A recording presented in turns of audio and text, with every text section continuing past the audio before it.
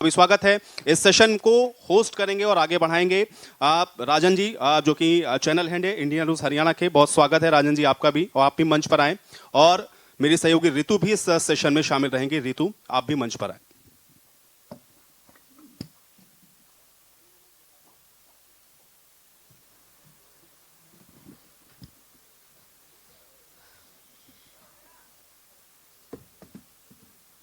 चलिए सेशन को आगे बढ़ाते हैं। सबसे पहले तो मैं आप दोनों का स्वागत करना चाहूँगी और इस सेशन में मेरे साथ हमारे चैनल हेड राजन जी भी शामिल हैं और इस सेशन में वो भी हमारे साथ इस चर्चा को आगे बढ़ाएंगे। सबसे पहले धर्मवीर जी, मैं आपसे शुरुआत करूँगी। देखिए, 50 साल एक बहुत लंबा वक्त होता है किसी भी जिले के लिए और जाहिर है कि तस्वीर बदल जाती है 50 सालों में। गोल्डन जुबली मना रहा है भिवानी। इन 50 सालों में हमने बहुत लंबा सफ़र तय किया और भिवानी को बदलते भी देखा। लेकिन अगर आज की बात करें और आज के बदलाव की बात करें तो सरकार की तरफ से बहुत सारी अपेक्षाएं रखी जाती हैं जनता की तरफ से। और हम सेशन जब से चला रहे हैं लगातार हमारे साथ कई मेहमान जुड़े और सबकी तरफ से कई सारी समस्याएं सामने आई। हालांकि सरकार की तारीफें भी आई सामने, लेकिन इसके साथ ही कई समस्या भी सामने आई, जिसमें समस्याओं में सबसे ज़्यादा जो रही वो डेवलपमेंट को लेकर रही।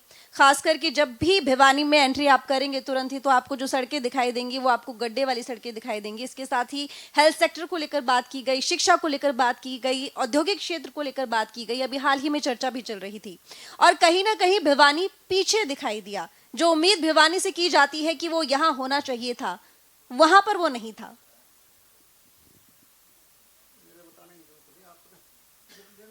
बिल्कुल, आप माइक उठा लीजिए।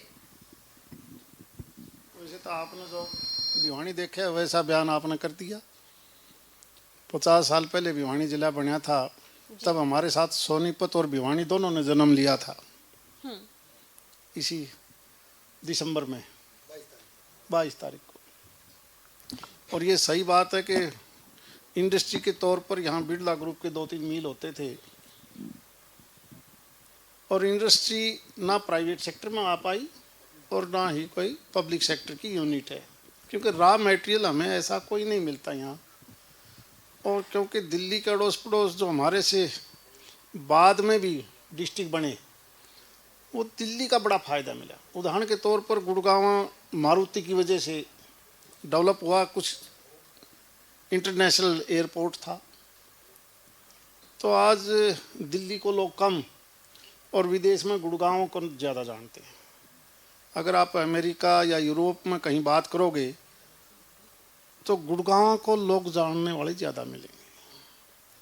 हमें मल्टीनेशनल कंपनियां मिली वहाँ पर और सबसे बड़ा फ़ायदा मिला इंटरनेशनल एयरपोर्ट का, क्योंकि भिवानी एक ऐसी जगह था जो राजस्थान बॉर्डर के साथ लगता है।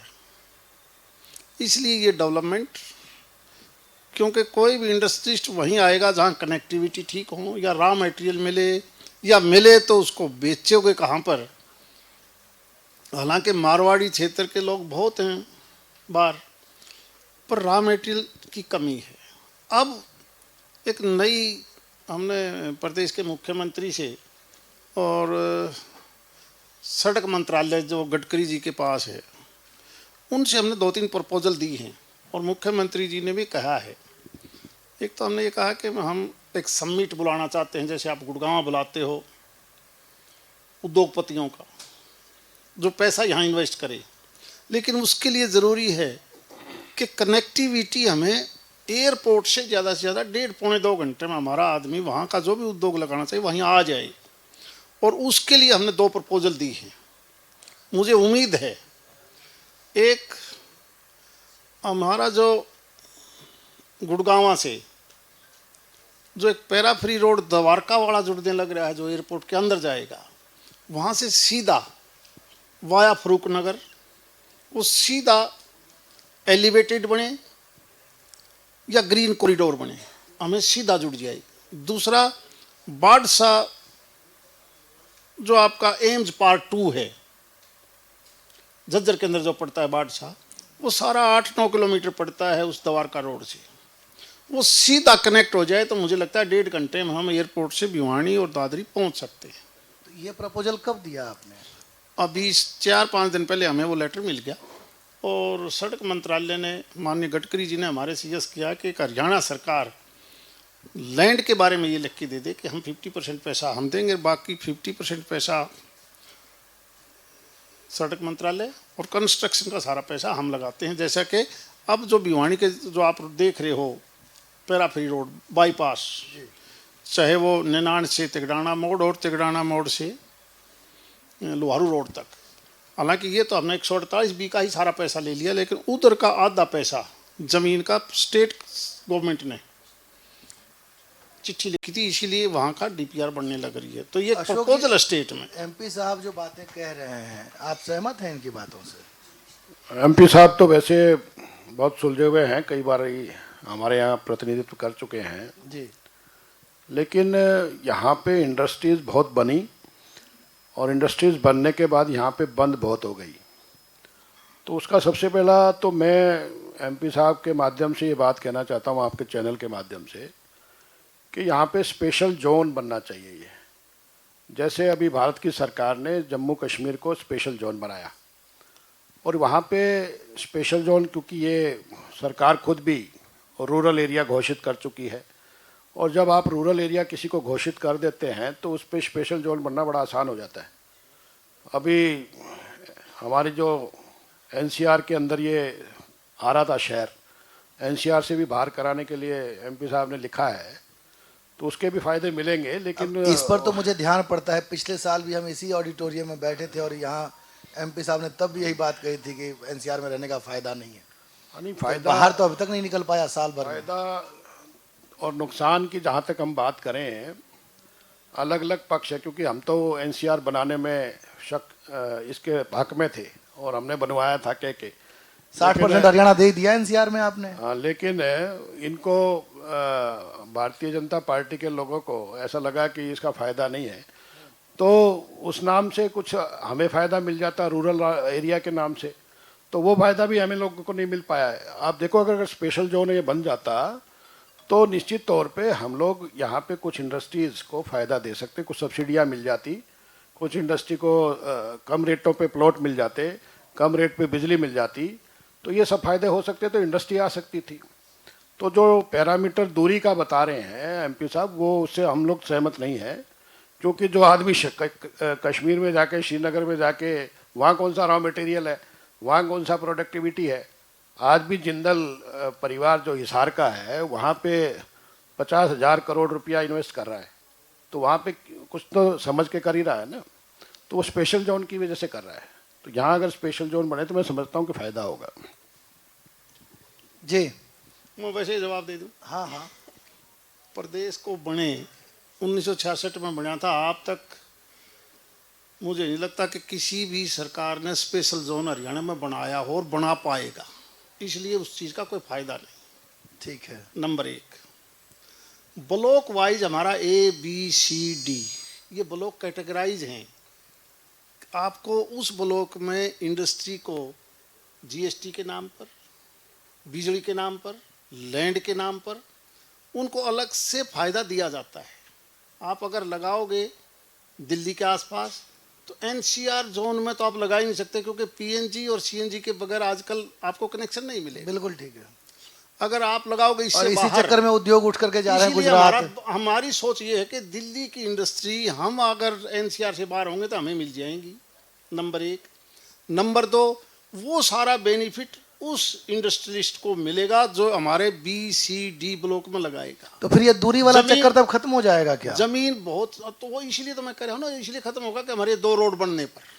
अभी मेरा एक काम, तो आप कभी दिल्ली गए हो तो बहादुरगढ़ से राइट साइड में सीधा 25 मिनट के बाद एयरपोर्ट को कनेक्ट हो जाएगा। 8 महीने के बाद रोड बनने लग रहा है, एलिवेटेड जी, वही टिकरी बॉर्डर से मिलने लग रहा है। हाँ बन रहा है। वरना तो हम दिल्ली जाने के बाद फंस जाते हैं। 2 रोड जिसका मैंने अलग से जिक्र किया है, उनकी चिट्ठी हमें जल्दी मिल जाएगी। कई चीज़ें ऐसी हैं जिसके बारे में हम केवल बात करें उसका फ़ायदा नहीं है। और इन वाली बात बिल्कुल ठीक है, 8 साल भारतीय जनता पार्टी को हो गए, उससे पहले मैं भी कांग्रेस में था। ये जिन उद्योगों की बात कर रहे हो, वो BTM, TIT, मोता, मेरी समझ में ये कांग्रेस के टाइम में बंद हो ली, लाग भी ली। लाग तो आज़ादी से पहले ली। इसलिए उन चीज़ों में हम आपस में बहस में ना पड़े तो कोई फायदा नहीं। चीज़ इस चीज़ की जरूरत है कि हम एक IMT घोषित यहाँ करवाएं, और IMT के बाद वो प्लॉट तभी बिकेगा। जो जमीन आपको खरखोदा सोनीपत में 5 करोड़ रुपया प्रति एकड़ है, यहाँ आपको 20 लाख रुपए प्रति एकड़ मिल जाएगी। मतलब जमीन से सौदेबाजी हो जाए, जमीन का धंधा शुरू हो जाएगा। नहीं, फिर जमीन यहाँ। का सौदा नहीं होगा। कोई भी प्लॉट लेने वाला जिसने फैक्ट्री लगानी है वो 5 करोड़ रुपए का महंगा लेगा या 20 क्यों लाख अशोक का जी, लेगा? जमीन खरीद के फिर बेच दी जमीन जाए। आज भी भिवानी में मैं समझता हूँ 20 लाख रुपए में नहीं मिल रही। वो तो एक उदाहरण उन्होंने दिया है, उसको तो आप ये देखिए कि लोहारू जो बेल्ट है या बागड़ा बेल्ट, जहाँ से MP साहब पहले MLA भी रहे हैं, उस बेल्ट में आज भी पोटेंशियल है अगर कोई इंडस्ट्री आए तो, क्योंकि वहाँ पे वेजिटेबल के बहुत सारी क्रॉप ऐसी है जो वहाँ पे पैदा होती है जो और कहीं नहीं होती। तो बहुत सारे ऑप्शंस हो सकते हैं, लेकिन सरकार की नीयत और नीति अगर प्रॉपर हो, ठीक हो, तो ये सब चीज़ें संभव है। मैं ये समझता हूँ। सरकार कहती है किसानों के लिए बहुत काम किया, सब्सिडी की चर्चा भी सांसद महोदय ने की, लेकिन किसानों को जो फसल है उनकी वो MSP पर तो बिकती नहीं है। तमाम बार हर फसल पर ये खबरें आती हैं कि जी 1900 रुपये फिक्स थे और 1700 में बेच दी। सही बात है।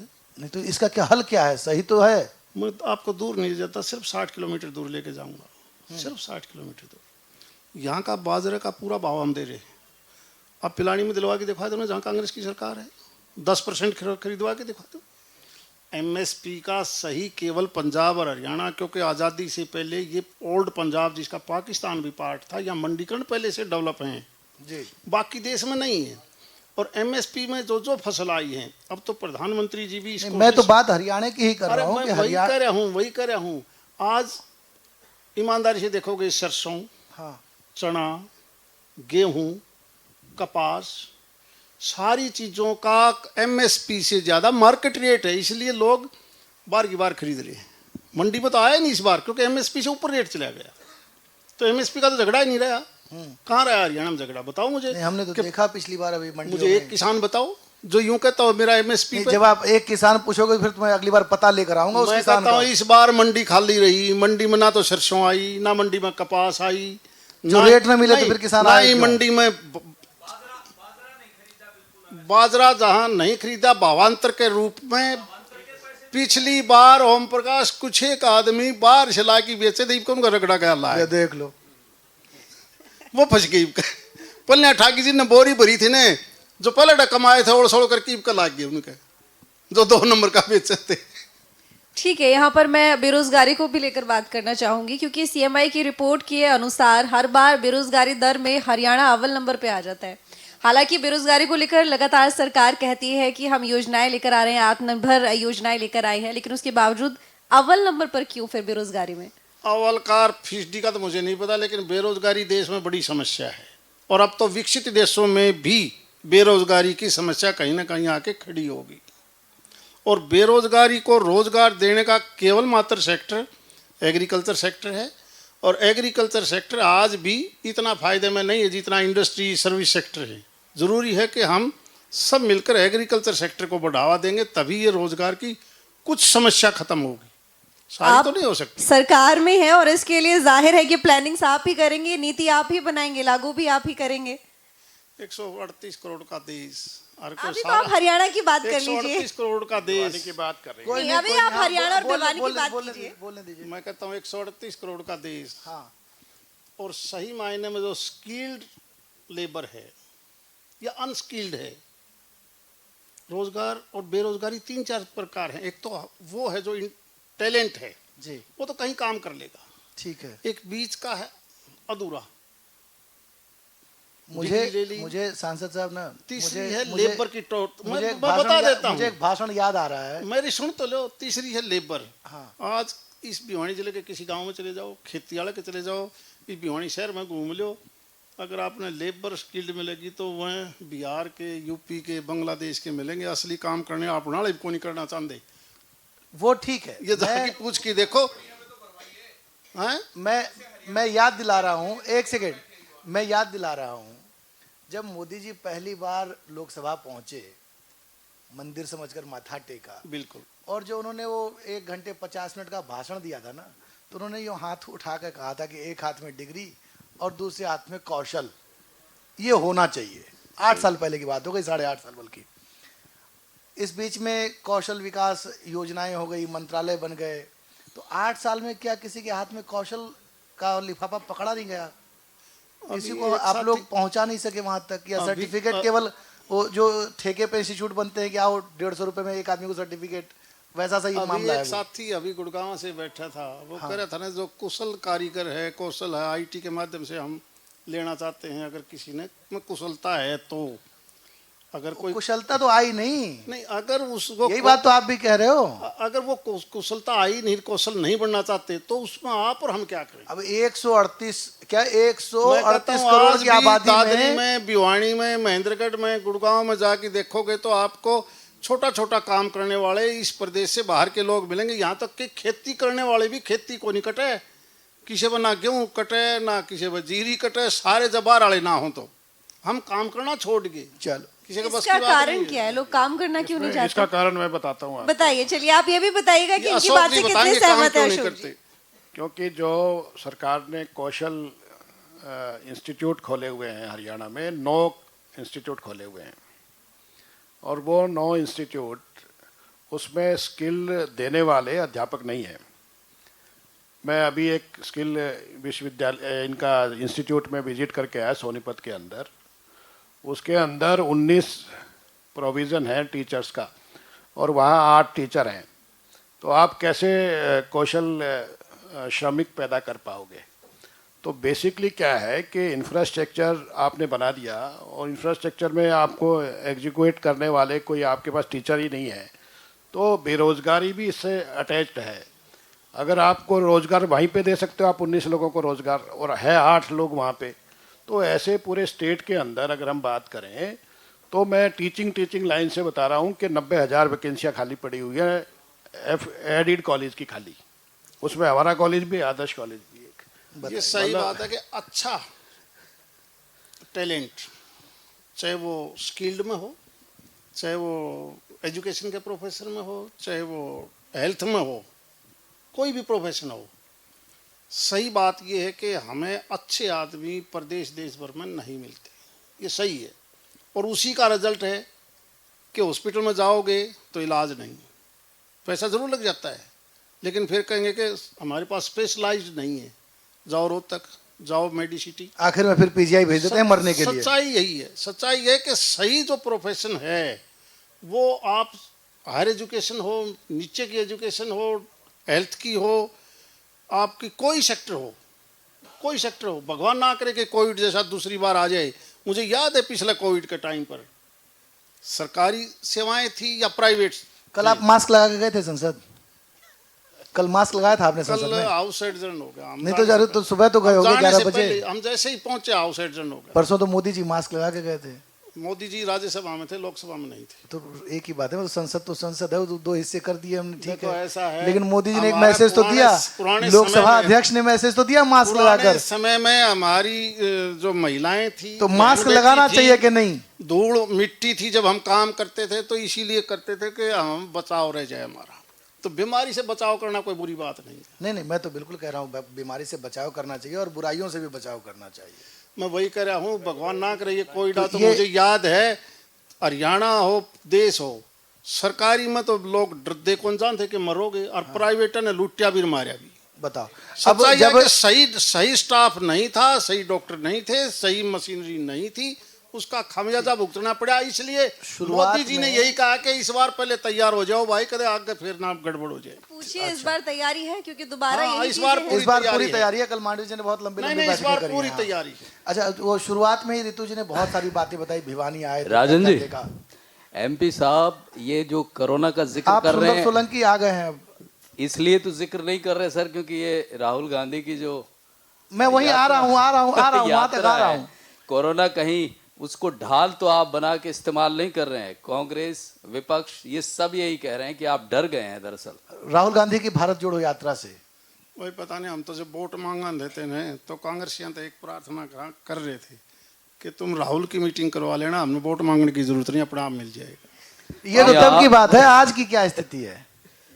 आज की क्या स्थिति है? राहुल गांधी की यात्रा हरियाणा में। मैं आपके चैनल के माध्यम से कहता हूँ, भारत जो भी इन्होंने यात्रा करी है पहले कांग्रेस ने जोड़ लें, कांग्रेस ने जोड़ लें, पहले इन जोड़ लो, किसी प्रकार जुड़ जाए तो।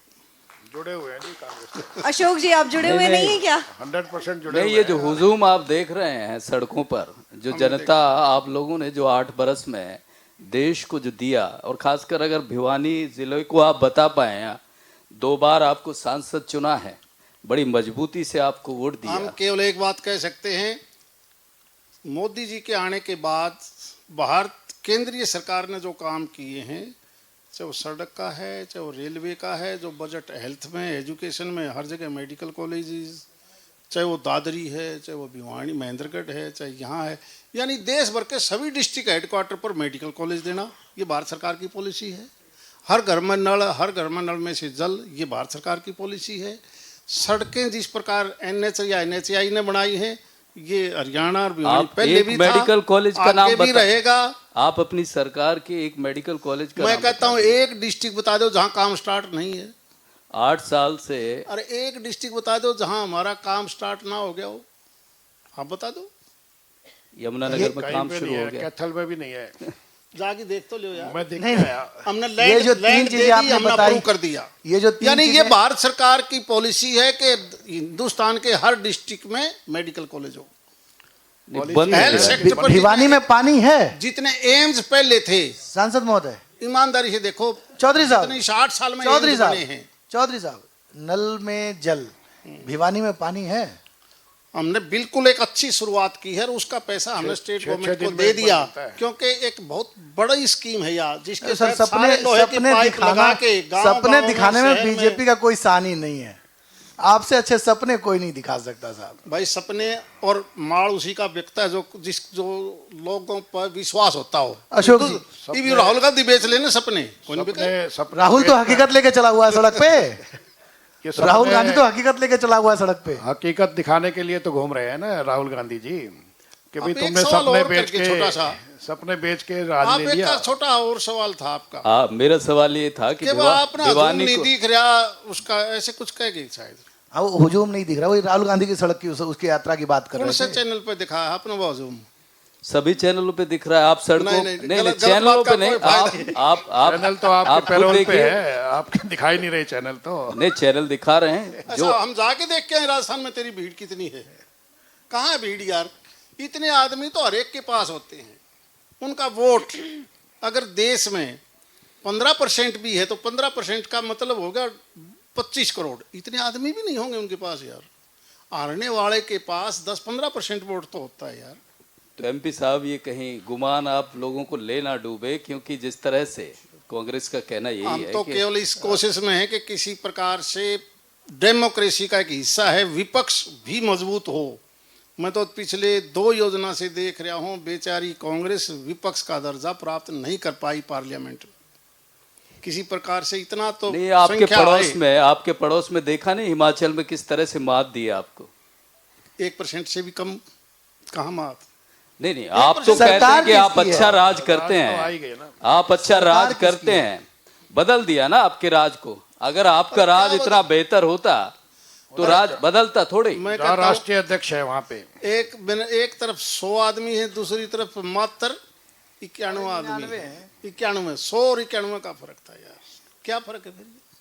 ये तो बिहार में पूछो तेजस्वी से, जिसने पूरे बिहार में 12,500 वोट के अंतर से सरकार बनवा दी थी बीजेपी की। पूरे बिहार में सिर्फ 12,500 वोट का फर्क था। अरे नहीं, यहाँ नहीं। देखना आप डाटा निकाल नहीं, नहीं यार, के, डाटा- पूरे बिहार में सिर्फ 12,500 वोट का अंतर था। तो ये जो नाराजगी है ना एमपी साहब, ये आप दरअसल समझने की कोशिश नहीं कर रहे हैं। देखिए, या तो आप हमारा लोगों देश को घमंड आजाद इतना हुए हो गया 75 है। साल हो गए। जनता सर्वोपरि है। जनता को अगर किसी का काम पसंद नहीं है तो वो जनता अल्टरनेट ढूंढती है।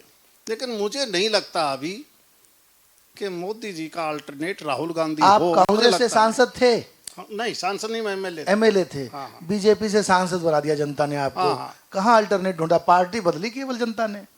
किसने पार्टी कैसे बदली? जनता ने केवल पार्टी बदली। मोदी के ऊपर विश्वास किया। मोदी के ऊपर विश्वास किया ना, लोगों ना। ने, देश ने किया। मैं वो सपने बेचना आना चाहिए, कुल मिलाकर बात ये। सपना माल उसी का बिकेगा जो माल बढ़िया होगा। तो ये माल अशोक जी। देखते हैं आप। हमारे परिमल जी हैं, कुछ एक सवाल आपसे करना चाहते हैं। परिमल बिल्कुल बैठे करो। बैठे कर लीजिए, कोई बात कोई नहीं सर। सर आपने कहा कि एजुकेशन में बजट बढ़ा। सर मैं नहीं मानता कि एजुकेशन में बजट बढ़ा, और मेरे ख्याल से प्रदेश का कोई भी नागरिक इस बात को नहीं समझता होगा कि शिक्षा का स्तर सुधरा है। मुझे पढ़ाते हुए 20 साल हो गए, उन 20 साल में पढ़ाई का क्या सत्यानाश हुआ सर, मैंने बहुत करीब से देखा है।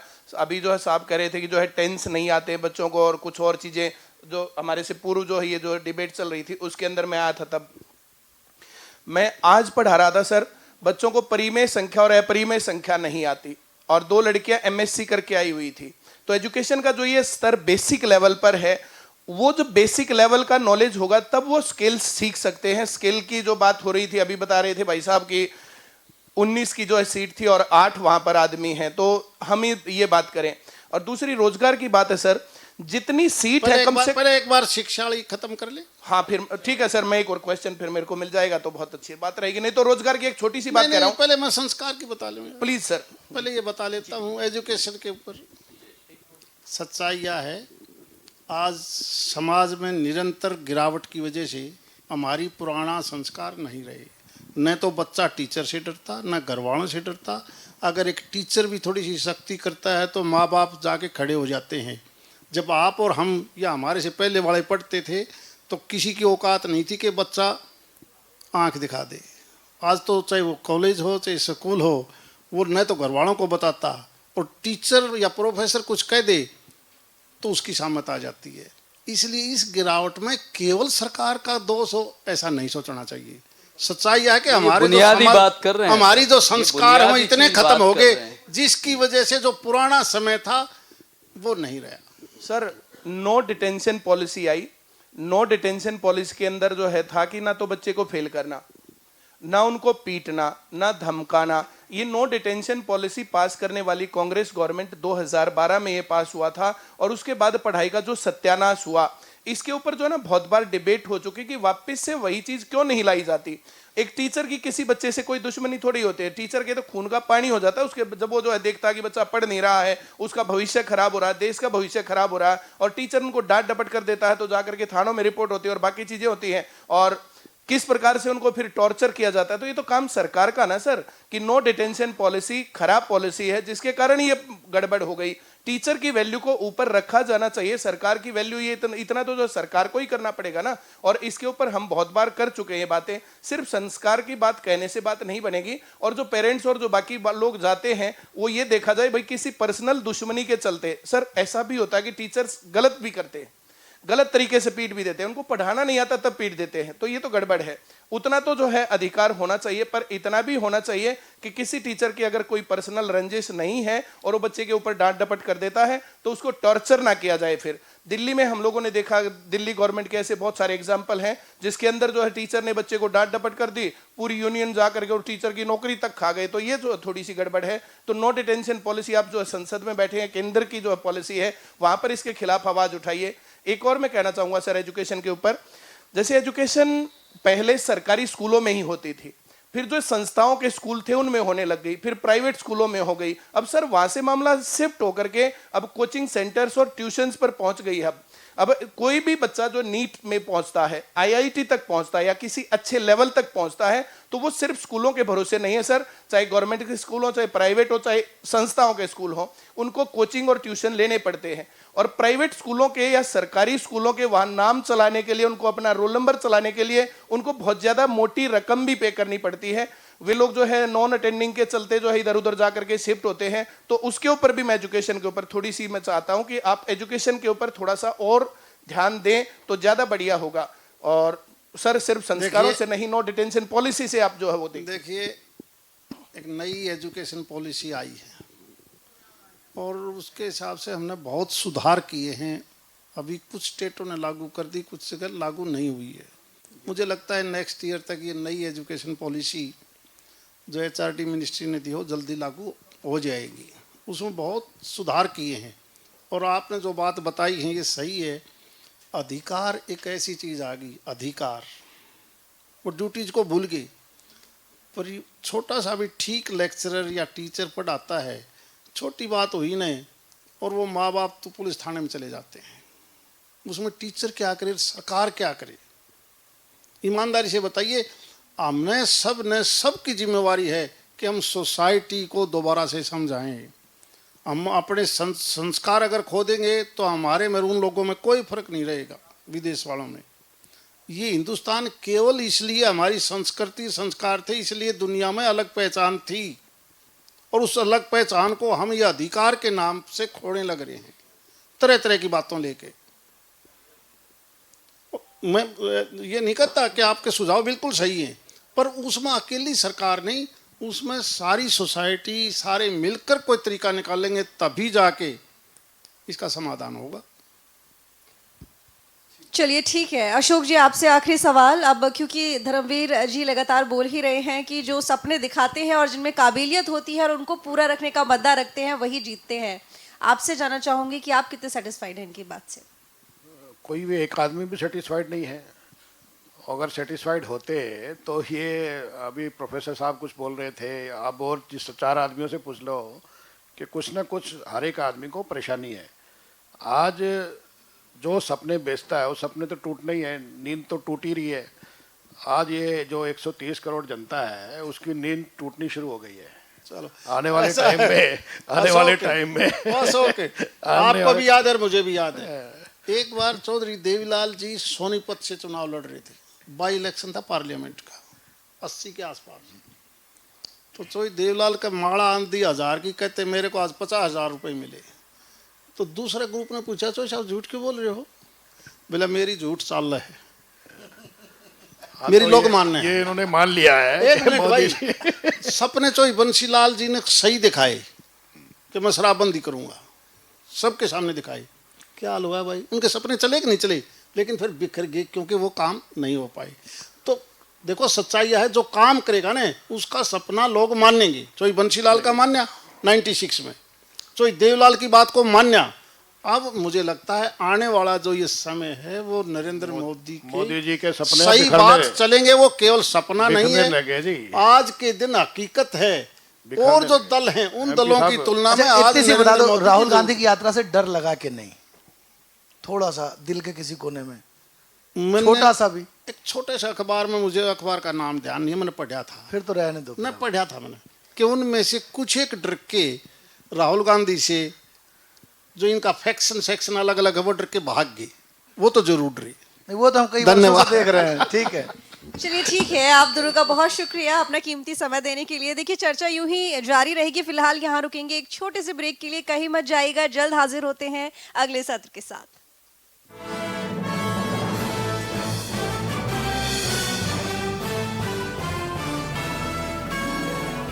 Education partner BK Senior Secondary Public School.